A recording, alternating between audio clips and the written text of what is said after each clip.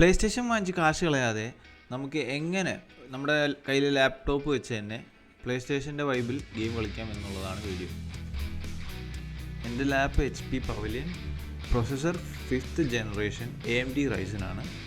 Memory storage വരുന്നത് 16 GB DDR4ഉം graphics card വരുന്നത് NVIDIA GeForce RTX 3050 4GB ഉണ്ട്. ലാപ്പിൻ്റെ ഒരു അൺബോക്സിങ് വീഡിയോ ഞാൻ ഓൾറെഡി വീഡിയോയിൽ ഇട്ടിട്ടുണ്ട്. അപ്പോൾ നിങ്ങളതൊന്ന് കയറി കാണുക. ഞാൻ ലിങ്ക് ഡിസ്ക്രിപ്ഷനിൽ കൊടുക്കുന്നതായിരിക്കും.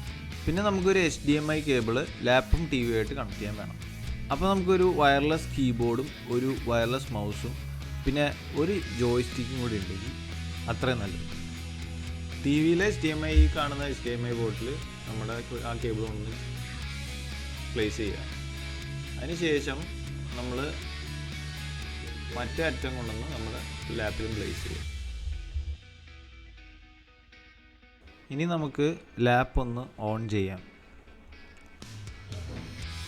ഇങ്ങനെ ഒരിക്കലും ഓൺ ചെയ്യരുത്, നടുക്ക് പിടിച്ച് ഓൺ ചെയ്യണം, അല്ലെങ്കിൽ ആ വളഞ്ഞു പോയതുണ്ട് അതുപോലെ വളഞ്ഞു പോകും.